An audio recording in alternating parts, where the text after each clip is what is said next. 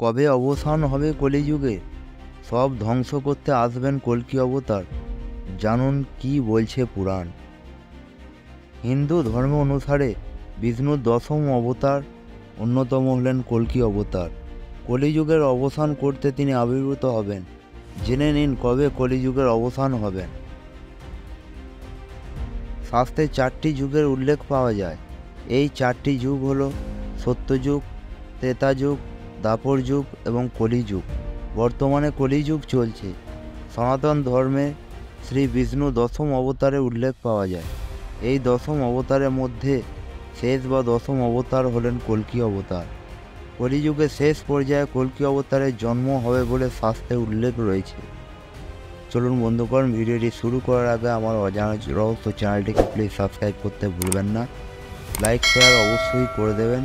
আপনাদের একটি সাবস্ক্রাইব আমাকে মোটিভেট করে এরকম নতুন নতুন ভিডিও তৈরি করবার জন্যে, এবং কমেন্টে অবশ্যই লিখবেন জয় শ্রীকৃষ্ণ। চলুন বন্ধুগণ, বেশি দেরি না করে ভিডিওটি স্টার্ট করা যাক। সত্য, ত্রেতা, দ্বাপর ও কলি, এই 4 যুগের মধ্যে এক একটি যুগের কবে সূচনা হবে, কবে এক একটি যুগের অবসান হবে এবং কতদিন এক একটি যুগ স্থায়ী হবে, সেই বিষয়ে আগে থেকে উল্লেখ করা আছে পুরাণে। সত্য, ত্রেতা ও দ্বাপর যুগের অবসানের পর বর্তমানে চলছে কলিযুগ। কিন্তু আপনি জানেন কি কবে এই কলিযুগের অবসান হবে? স্বাস্থ্য বিশেষজ্ঞরা জানাচ্ছে যে কলিযুগ মানুষের হিসাবে 4,32,000 বছর স্থায়ী হবে। আধুনিক গণনা অনুসারে 3102 খ্রিস্টাব্দে কলিযুগের সূচনা হয়েছিল।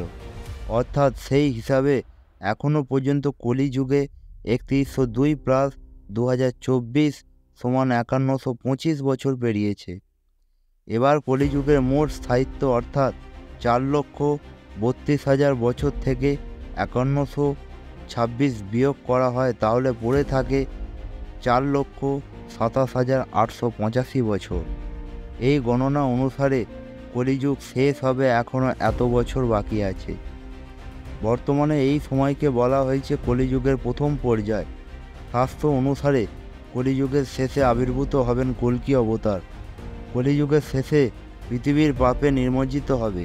সেই সময় ঘোড়ায় পিঠে আসীন হয়ে হাতে খোলা তরোয়াল নিয়ে সব ধ্বংস করতে আবির্ভূত হবেন তিনি। তারপর আবার নতুন সব করে নতুন ধর্ম সৃষ্টি হবে, নতুন করে আবার ধর্ম প্রতিষ্ঠান করবেন তিনি।